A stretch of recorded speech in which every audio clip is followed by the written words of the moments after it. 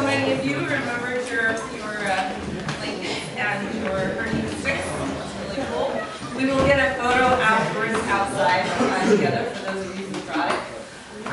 All right, so we have some stories from the clinic, the deaf school, from VBS, and some other areas of the mission trip. So let's open with a quick word of prayer, and then I will let everyone share. Dear Heavenly Father, thank you again so much for the fact that we're all back. We all went in a variety of directions all over the world, and we thank you so much for your protection and your guidance. We were not perfect, but you always are, and we thank you for that. Thank you for being faithful. Be with us now as we reminisce on some of the amazing things we saw you do. We thank you. Amen. All right, so I believe Tanner's up first, if you're willing. You were the first to volunteer, which means you come first. So over mission trip, I was privileged to deal with the work in the dental clinics, as well as just kind of watching the medical clinics. That was a really big blessing. How many of you have ever served at a dental and medical clinic, or did it on this mission trip at least? So a good amount of you. It's a really, really neat experience. It definitely gives you a different perspective on life. Here in the U.S., we have access to a lot of medical personnel and care. But when you go somewhere like Africa or Cuba or even New Mexico, those resources are greatly limited. So it was just a really, really cool experience to be able to go and be a part of serving the people in Africa. So I just have a couple little stories that I was going to share. I don't have a lot. I didn't prepare a ton to speak this morning, but I just have a couple little things that I was able to learn. So, how many of you served on the medical team the first day from Kenya? Okay, it was pretty crazy, right? Would you say that was probably crazy to say? Was it you, Aiden, that was like getting bombarded with the people that were like climbing over you? Yeah, it was just crazy. You got there, and there were people just like climbing all over the tent for registration, like pretty much slapping them and telling them to go faster, you want to get in to be served.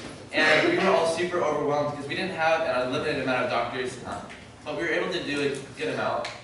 But it was just really sad, I thought, that at the end of the day we weren't able to serve everybody, and that was a sad reality. There were some people that would sit out in the sun for hours waiting to be seen, and then just at the end of the day just to be told that they were going to have to go back. But one of the stories I was going to share was at the end of one of those days. It was on the first medical clinic day. We were getting ready to hop on the bus, and Dr. Mel, who was one of the dentists that was helping us, had this box of toothbrushes that he had in the bus. So he just opens up the box and it's like, all right guys, let's go break up all these different toothbrushes and toothpaste and go like give them to all the people that are crowding around the bus. So we're expecting like, yeah, maybe like 10, 15 people. No, as soon as we open up that box of toothbrush, it's like putting in chum to water and there's just sharks everywhere. Like there was people jumping on top of people, like ripping it out of people's hands, just giving toothbrushes out. And that was really, really crazy for me to see, because I've never been somewhere like that before, where there's that big of a need for something so simple as like $1 toothbrush that we were giving out. Like all of us this morning had the ability to brush our teeth and not have to think about it twice. Like, hopefully, yes. We will have that opportunity at least. And I just thought that was really, really cool that we were able to be a part of giving out those simple little pieces of equipment, I guess you could call it, like just this basic hygiene care. There's also some other different stories that I won't go super deep into, but people that would come into the dental clinic with just blood pressures that were crazy, and then we have to turn them over to medical because we couldn't see them. And by doing that, it could potentially be saving their lives, because when you have someone with a blood pressure of like 220 over 110, that's like really, really bad. And like potentially at some point they could just like fall over and die. So just being a part of being able to get those people the medical attention they needed and seeing how Christ was able to work through it, it kind of just reminded me of what he did on this earth when he came. He came to heal and forgive, but a big part of his ministry was going around healing people, and through that he was able to show them God, his Father. So I just thought that was really, really cool that we were able to use back in this last trip.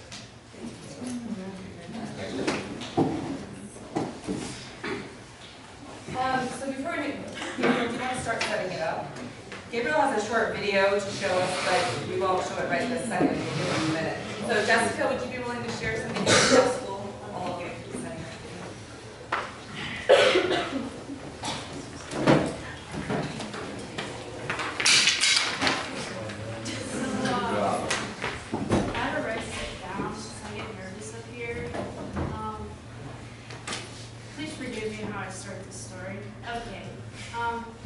Please don't give me a strike. How I start. So I fell in love with a boy. You're probably thinking, we don't do that here. You're probably going to be like, so I'm going to have to give you a strike now. And you won't get that diploma after all. Well, first of all, he's in Africa, so it's kind of complicated. Second of all, the next time I get to see him, he'll probably be in heaven. So, and he's in 3rd grade. So there's a major age difference.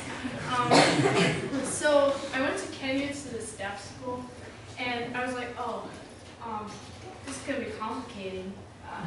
How will I be able to talk to him, you know? Like, I don't know sign language.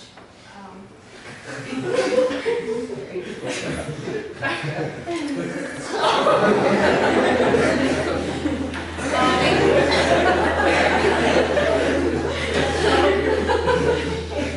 mean, you are funny,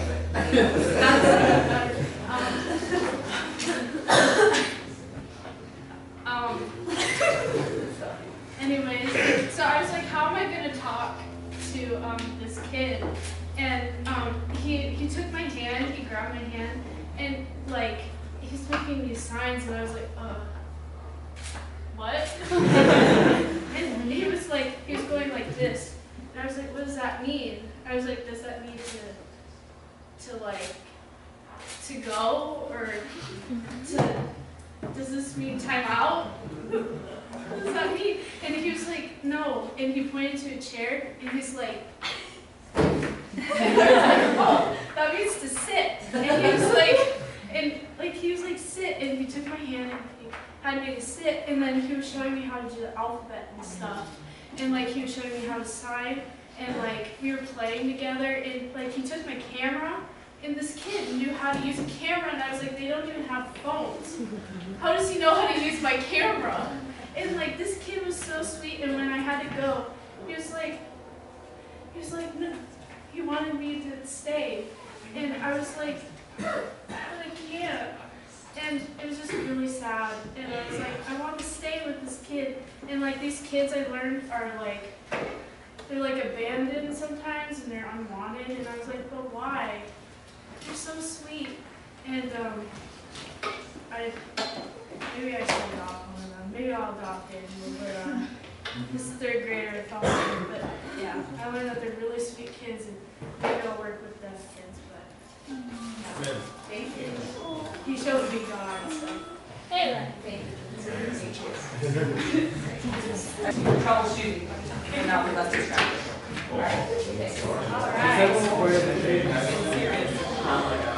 Okay, so I wrote this down so I keep on track. So we're just gonna do this. Okay, so for Vacation Bible School, there was a total of about 600 kids who showed up, and we had 6 days to do VBS, and there was even one day when we did 2 VBSs because we still had time and we had some extra supplies. And I am very thankful for my team that day because they did not take it seriously about doing it twice. So thank you for being just, flexible. And on average, we handled about 100 kids per day. And we interacted with kids ranging from 3 years old to 14 years old. On the first day, we handled about 70 to 80 kids. At first, they wanted to give us 150 before going out there. We were planning here at Umar, and they were saying, oh, we'll give you 150 to 200, just prepare for that. But I told them, we'll start small at 70. And so when I entered church that first day for VBS, I was very surprised to see very young kids sitting quietly and not running around the room or talking loudly to each other. And so they were very respectful and attentive. And I thought to myself, well, this is going to be easier than I thought. Because when I first imagined 70 and 80 kids, I was just imagining them going around, like, oh, how am I going to handle this? So I said, okay, if 150 is so big, I think 70 would be okay, but we could actually handle 150 if they were that well behaved. And so I was thinking we'll just be able to take more the next day. We did have more the next day. So When students are eager to participate and learn, more than half the battle is won. And so we were really able to get up close and personal with them, and I can tell that they really enjoyed it because, you know, the confusion is lessened because they were willing to listen. And then we went to the deaf school, and they were the most quiet of all the students. And they had so much fun, and they were learning how to do signs and seeing their faces light up when they played with the bubbles. And some of them, unfortunately, had mental challenges, and some of them didn't look very cool. And it's just really unfortunate to see these kids who are so precious and sweet having, you know, to struggle with poverty and not having access to basic hygiene needs. And there was this one girl who came up to me, and I could tell she had some mental challenges, and she was also kind of drooling a little bit, and she stretched out her hands, which unfortunately didn't look very clean, and honestly, I hesitated for about 2 seconds. And I felt God's love telling me, just go for it, Jem, just go for it. And I did, I went for it, I went out, stretched out my hands and shook her hand, and then I just started playing with her. And I also saw my team being willing to go up close and personal with them. You know, sitting with them, letting them touch their hair and skin, and, you know, even tying their balloons for them. And so, we could not have done these things if it wasn't God's love empowering us to do it.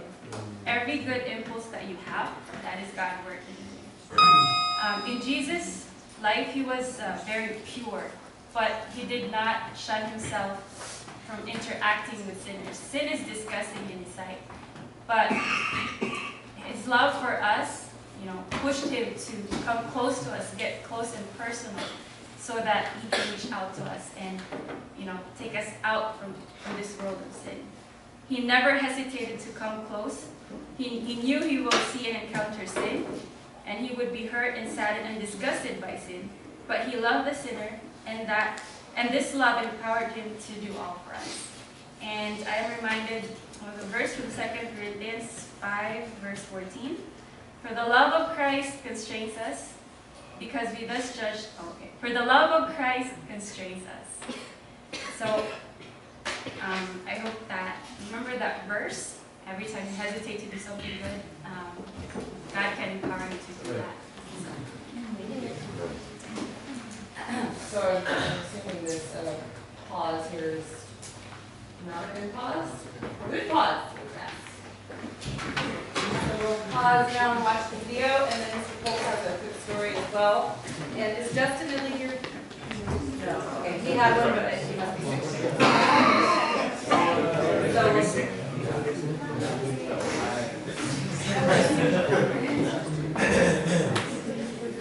Oh, did he go with Mr. Kearney? Yeah. Yes. I know where. The music that we're using had some issues. So randomly it'll say artlist.io in the middle of the video. Wait. Weimar Institute has a license for it. We're waiting for the code from the media department. So don't think that what it's doing is telling us you have gotten this music illegally, but we actually haven't. We just haven't gotten the code. So just so you know, it's fine. So it's not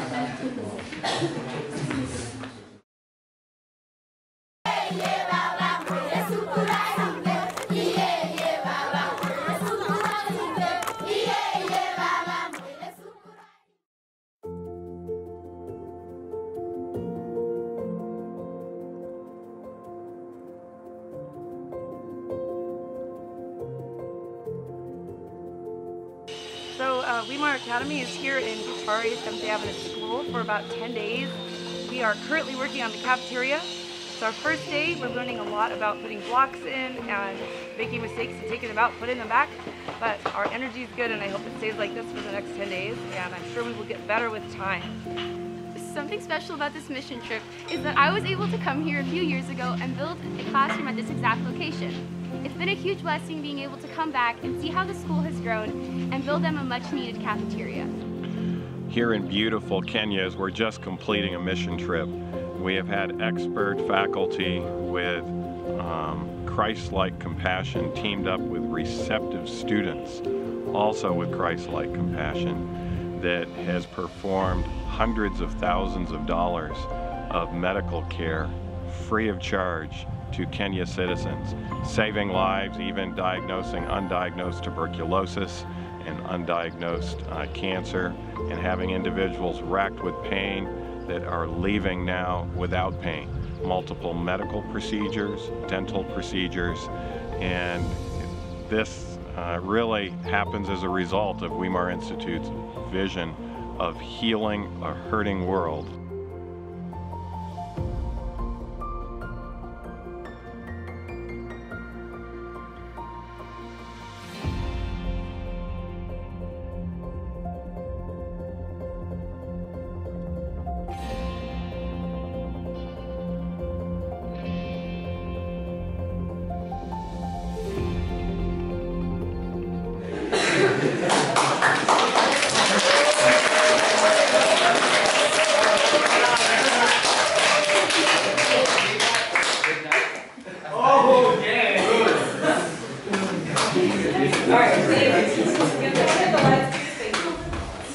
Alright, we'll have one more short story from Wolf, and then we'll have an announcement. Wow, so that's a hard one to follow. Won't be nearly as exciting as that. Music reinvention. Just interject that one in a while you're talking about. Sorry. Yeah. Sorry. So how many of you, at one point or another, had someone either demanding, demanding, give me a gift, or take me to America, or whatever? Don't that kind of weird feeling, I had a kid one day come up to me and say, "Did you bring me my present?" And I don't even recognize this guy, but he was so certain that I promised him the day before I was going to bring him a present. And my wife had a guy come up there at the work site saying, "Take me to America, take me to America." And when we were at the pharmacy, there's a bunch, as some of you may remember this, there was a bunch of young people from the local academy, so high schoolers, who were kind of gathered around me asking questions and this, that, and the other thing. And there was one in particular had a particularly active mouth, we shall say, who wanted to be a comedian and wanted to get to America so he could be a comedian. And when you see their poverty and the kind of lifestyle and everything, you can kind of understand where they're coming from. People show up who appear to be extremely wealthy, like we appear to them, and they expect you to give them something.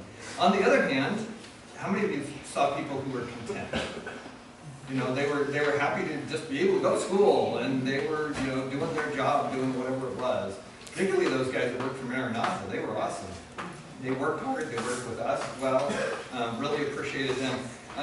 But one particular, well, several people really struck me as hard-working. There was a guy who I found really annoying. His name was George, and he was selling soapstone stuff there at the I think it was the second day. You remember him? Yeah. And he would just pump you for whatever he could get out of you. In fact, he also came to the hotel, if you recall, and tried to sell stuff there at night. And he was like, I think my wife eventually traded a purse for something, but he wanted my shirt, he wanted our shoes, it was just anything. But I'll give him a lot of credit. He was trying really hard to improve himself through whatever he could, right? And one of the elders I worked with at the pharmacy, his name was Francis, extremely friendly, extremely helpful, and you could tell he wasn't wealthy, he wasn't doing anything exceptional, but he was there dedicated.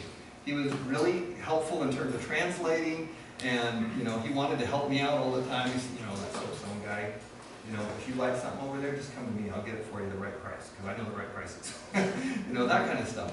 And so I saw this dichotomy of people who had learned to be satisfied and content. But perhaps the one that impressed me the most was there's a young man named Caleb Odusco, something like that. And he was one of those young people who was gathered around asking questions about America and going to school and this, that, and the other thing. And several of them said they want to be engineers, architects, doctors, whatever, and they were going to go to university. They had great plans, but this guy had a plan for today. He did want to do stuff in the future, but he had a plan for today. I'm an artist. I do screen prints. And so he actually brought me a t-shirt, showed me this t-shirt that he had made. and it said something like audacious art master or something like that.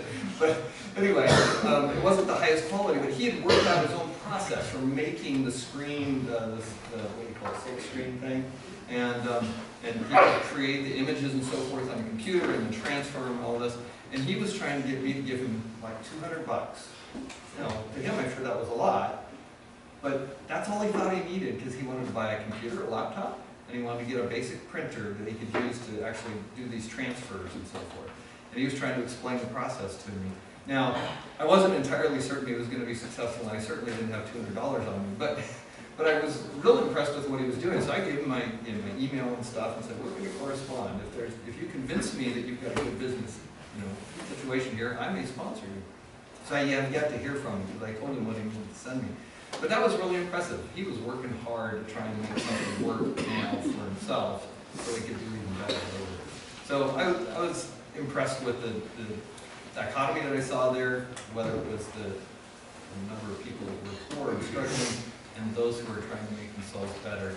And I think that could be a lesson for us. Content with what we have, and yet still seeing that there's opportunity to make ourselves better.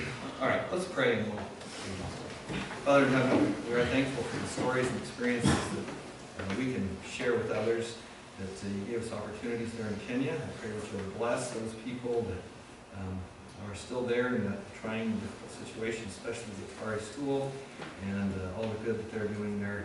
Be with us today as well as we go through our daily work, that we may reflect you. We pray in Jesus' name. Amen.